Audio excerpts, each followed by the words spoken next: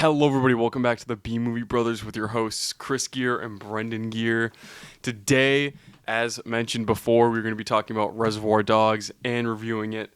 So, just to go over Reservoir Dogs, it is about a jewelry heist put together by Joe Cabot, who is a gangster in LA, and all the troopers or soldiers involved in the robbery go under the aliases of Mr. Brown, Mr. White, Mr. Blonde, Mr. Blue, Mr. Orange, Mr. Pink. Why am I Mr. Pink? Because you're a and they realize after the robbery that one of them was actually a rat, and they spend the movie trying to figure out who the rat is, and then it's actually figured out at the end that it turned out to be Mr. Orange, and he was the rat the whole time. So, yeah, let's get started. So, what'd you think about the casting? I feel like we were on the same page. I gave casting a 1 because the full point. I mean, I wrote down all the people really quick. I mean, you have Harvey Keitel. We were kind of just debating whether or not how I think to it's say it. Keitel or Keitel. Probably know how to say his last name, but I kind of forgot him. I mean, you have Chris Penn, Steve Buscemi, Michael Madsen. We talked about before. Yeah, we had to do. Rest in peace, Michael Madsen. He passed away 2 months ago. About 2 months ago. No, 3 months ago. Yeah. June, July. No, wait. Yeah, no. So 2 months ago. Yeah, whatever. Yeah, 2 months ago. Rest in peace. He was a great actor. So we wanted to do a good movie of his to kind of change things up. So yeah. And Tim Roth was in it too. And Tim Roth, yeah. Which I mean, I think it came out in '96. I'm not sure. Oh, yeah, 92. 92. Yeah. All right, so it was kind of like early, not like early in these guys' careers, but for some of them it was a little earlier in their career. Yeah. Which I mean, and they still did really good. I mean, Yeah, definitely a little earlier for like guys, especially Tarantino because it was his first movie. So Yeah, exactly. Oh, and and he was in it. Quentin Yeah, Tarantino was in it too. Yeah. I forgot about that. yeah. So you gave it a full point. Yeah, I mean, Okay. it's kind of a star-studded cast. Yeah, no, by it today's is. standards. It is a good cast. So I gave it a whopping 0.8 because I just think that I thought during the movie because we've watched it a couple times now that I thought Tarantino honestly didn't fit into the cast. But I think it was more Eddie Bunker playing Mr. Blue because he didn't really have a big part. Yeah. Except in I guess just the beginning. Did he even say a word? He said a few He things. said like a sentence. And Yeah. It was like a cameo. He said Yeah. one sentence and he was on screen early. Yeah, I felt like he honestly didn't fit in too well. Like they should have maybe put someone else in there. I mean, if he has a minor role, that's okay. But I don't know. I just feel like he didn't. I mean, it felt like he sort of fit the role because it's supposed to be. These guys are professionals. Some of them are veterans. Mm-hmm. So it does fit in that sense, but maybe, to me, he doesn't fit as well as the other characters. So I give it a 0.8. It's still a great crew of actors, and they all did pretty well. I mean, these characters were like, they really brought them to life. I mean, Tarantino said it on I'll save this point for later, but he was on Joe Rogan's podcast, and he said something, so I'll go over that later. But, yeah, what about the story? Well, I originally gave it a full point as well, but I just dropped it down to a 0.9. I don't know. Okay. It was kind of foreshadowed the rest of Quentin Tarantino's movies in the sense that he, like Pulp Fiction, it's like played in like not even reverse. It's like it's everything kind of but it's like at the same time it's like it's a really good story. Like all these guys, So.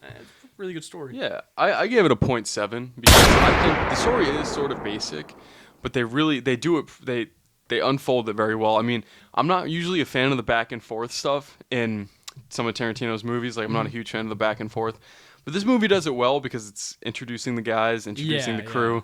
So I like that because it's it's not really like boom boom boom boom boom. It's just. You're like, okay, I'm being introduced to who the characters, like their backstory. So I like it in that sense. And then there was like that foreshadowing part in the beginning where Mr. Orange was speaking up, and it kind of foreshadows the fact that he's the rat. So what was it? Harvey Keitel stole the guy Joe's book, right? Yeah. And he's like, "Who stole my book?" And Mr. Orange jumps right at it. Yeah. And I before we move on, I wanted to bring up a point. I like how it's not like the typical heist movie where it's like.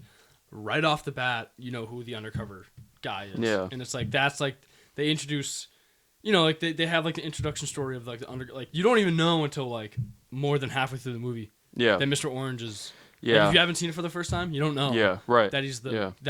a cop until Yeah. more than halfway through the movie. Yeah, And it's, right. an hour and 45, hour 50 minutes long. Yeah, So yeah. We kind of ate our words because we said an hour and a half, and the movie was like an hour 40 minutes. So yeah. kind of ate our words, but whatever.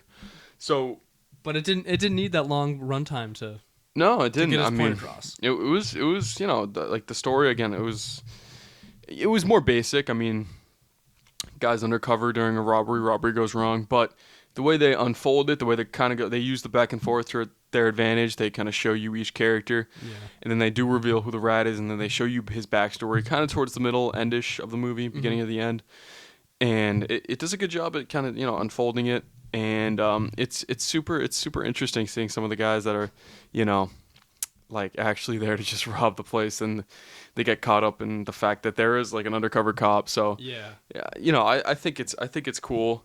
What did you give effects?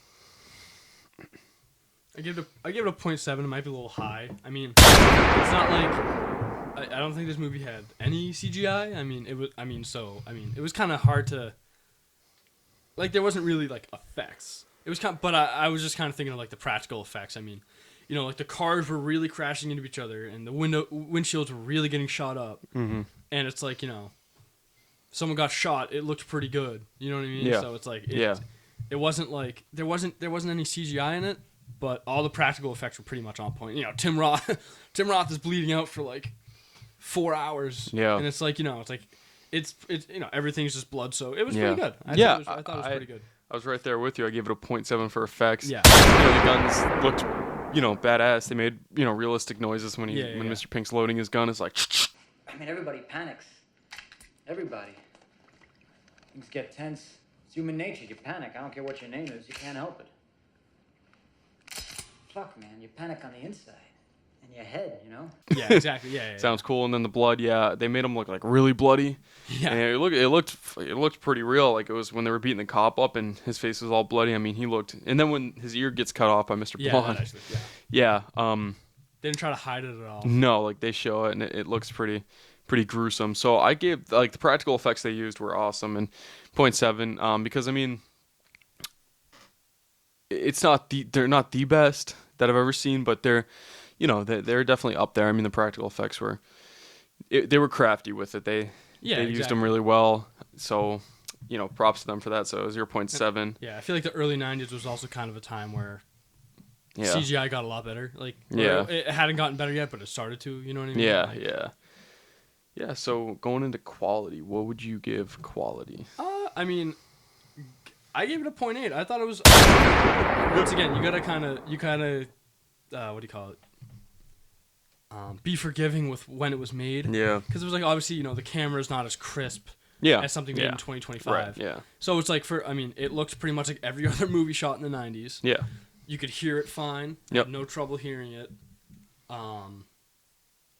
Yeah, I mean, pretty quick answer there. I thought the quality was pretty I was on pretty- par with everything else. Yeah, I was pretty much there too. I was 0.7.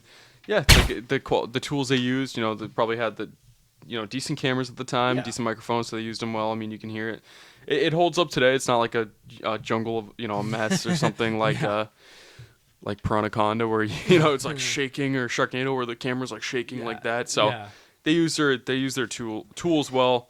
So 0.7 on that part. And genres. So this is where I want to talk about when Tarantino was on Joe Rogan's podcast, because he mentioned that he kind of made a subgenre of crime where it's like these gangsters and they're talking about like, their personal lives and stuff, and like, I think he said like they're talking about like TV shows like I Love Lucy or something like that. Yeah. So he said he made like a subgenre, which I think I agree with, because I mean this was really the first one where it's like, you got these criminals and you think they're going to be like these hard tough guys, but they're just like jokesters.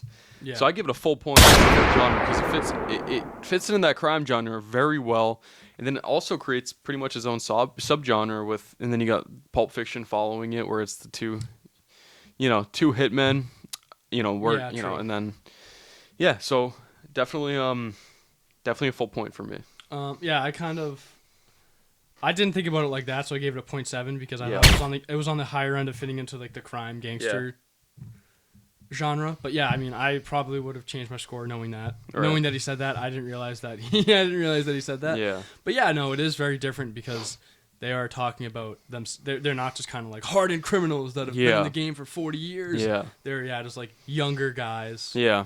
You Like- know, Quentin Tarantino in the movie's like supposed to be young. Like, they look like Tim you're- Roth supposed to be young. They look like how real criminals would look, just regular ass guys. Yeah, It's that's not right. like these hard guys with like scars going across their Yeah, eyes like or something. tatted up to the neck. Yeah, It's like, like no, it's- they look normal. Yes, these regular They're guys. just like Yeah. just office workers. Yeah. Right. So what'd you give it full point?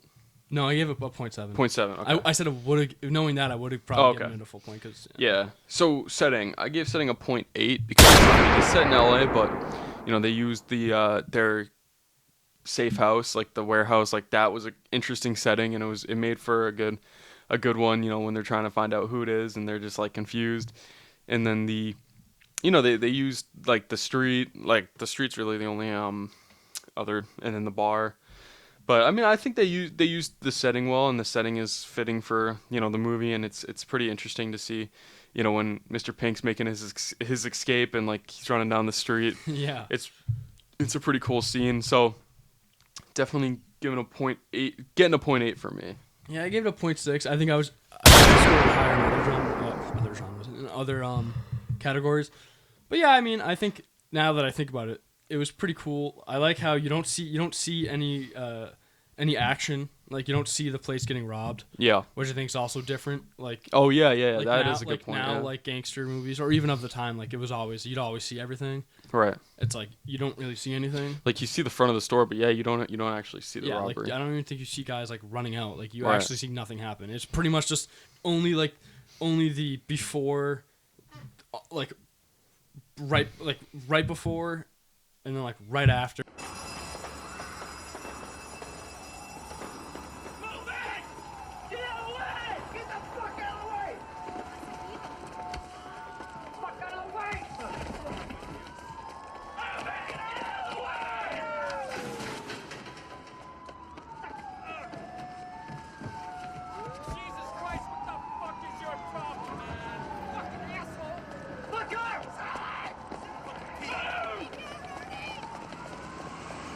Move!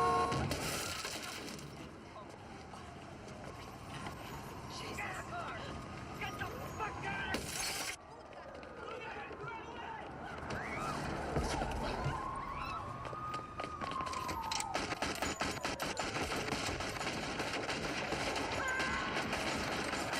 Yeah. And then when everything, it's kind of like Yeah. it's like the leading or rising action, and then it cuts out the climax, and then it's just the falling. Yeah. It's just everything except the climax of the Yeah. movie, which is pretty cool because it leaves you. It's like pretty much everyone's interpretation of what happens different. If you think Yeah. about it, it's like Yeah. if you sat down and thought about it, because Yeah. you're just going based off what the guys are saying. Yeah. So, So, yeah. I think it keeps you intrigued because you're like, what actually happened in there? Yeah, exactly. Yeah. Yeah, but no, I gave setting a 0.6. Okay. But yeah, I think it's cool. I mentioned this earlier. It reminded me of the Payday video games. Yeah. Because you're just Yeah. kind of like in a safe house. Like I thought Yeah. that was pretty cool. There's Yeah. I don't know if there was there's stuff with like bags on it. I don't know if it's like stuff they previously stolen, but Yeah. there's just like obviously it's like a safe house that the guy had. Right. And Yeah. it looked. Yeah. It was a pretty cool atmosphere. Yeah. Yeah. Okay. So that's 0.6 is fine. I think 0.8, 0.6 are decent scores. Because the setting, it's fitting for the movie. So, those are good scores. So when it comes to music, what'd you give music? I originally gave music a full point, but then I kind of took it down. I mean, I listen to these songs all the time. There's a few songs that are just written by they're legendary people, and they're just legendary songs at this point. There's this, what do you call it? Stuck in the Middle with You is playing Yeah. when Michael Madsen or Mr. Blonde is cutting up the cop. Yeah. Which yeah. and he's dancing. And I thought Yeah, that he's was doing pretty his funny. dance. I love that song, so that's why I was gonna give it a point.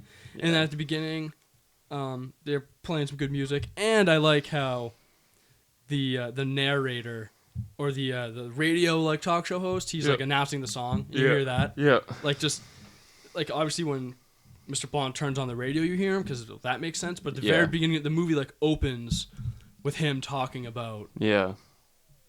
it's just like a radio narrator. Yeah, which I thought, right. which I thought was pretty interesting. 'Cause, Yeah. it's just Yeah. it's just pretty interesting. Yeah. Yeah. So I give music 0.7 because not a whole lot of music in the movie, Yeah. which I think it actually works to the movie's advantage because you're not like distracted by the music, so you're really hyper focused on the story and what's actually happening. But when it does use music, it's perfectly fitting. Like when Mr. Blonde, who's just a psychopath, is listening to "Stuck in the Middle with You," cutting off a guy's ear. It's perfectly fitting for his psychotic character. Yeah. And then there's at the beginning of one scene they're driving and there's some music playing, so they use it where they need it but not when they think they need it. So there's scenes that just completely lack music, but it keeps you intrigued in the stories and the characters and what they're actually doing and talking about. So Yeah. I gave it a 0.7 because it works to its advantage. Yeah, exactly. Yeah, it's like you don't need action music playing right. at all Yeah. times. What about cinematography? I gave it a 0.8. I mean, it was good. Yeah. It's not like the camera wasn't shaky at all. Yeah. I thought like the rolling camera when they went down the street was cool. Like it followed them Yeah. down the street. Yeah. Like that was cool. Yeah. I mean, even the camera in the car wasn't really shaky. Like Yeah. it's just really good. I mean, Yeah. can't really expect much less from a Quentin Tarantino movie. Yeah. Like even though it was his first, it was still such a good movie. Right, Like, yeah. Like the camera, like everything was just really good. Yeah, I give it a 0.7 because I think it's it's standard camera work, but they do some cool stuff like when they're introducing, he's like Mr. Blonde, Yeah. like And zooms it's in on the panning characters. around. Yeah, Yeah, that's pretty cool. It's like Mr. Blue, Yeah. Mr. White, Yeah, Mr. that's Pink. Good. That's good. Yeah. Yeah, so I give it a 0.7 because it's it uses the camera work to its advantage, and it doesn't. It's not like Piranha Conda, bad movies where the camera's just shaking violently. Yeah, and it's like they fit everyone in the scene. You got low shots, you get shots. Yeah. It's just they just did everything. Yeah. That was pretty good. Yeah. So script, I gave script a 0.8 because the script for me is honestly what really drives this movie.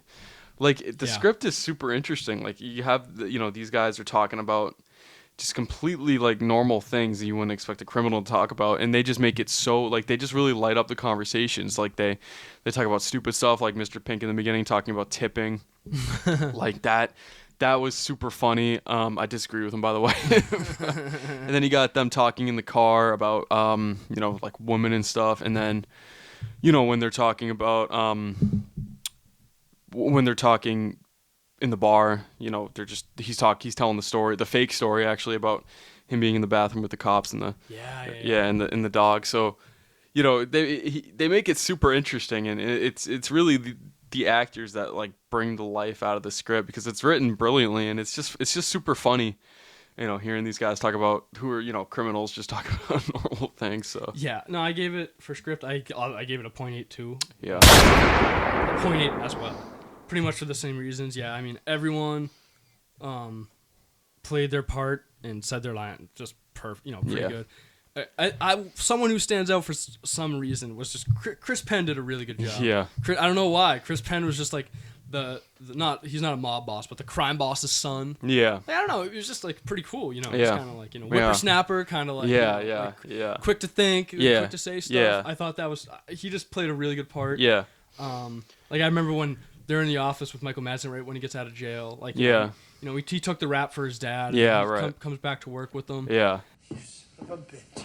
I see you sitting there, but I don't believe it. How you doing, Toothpick? Ah.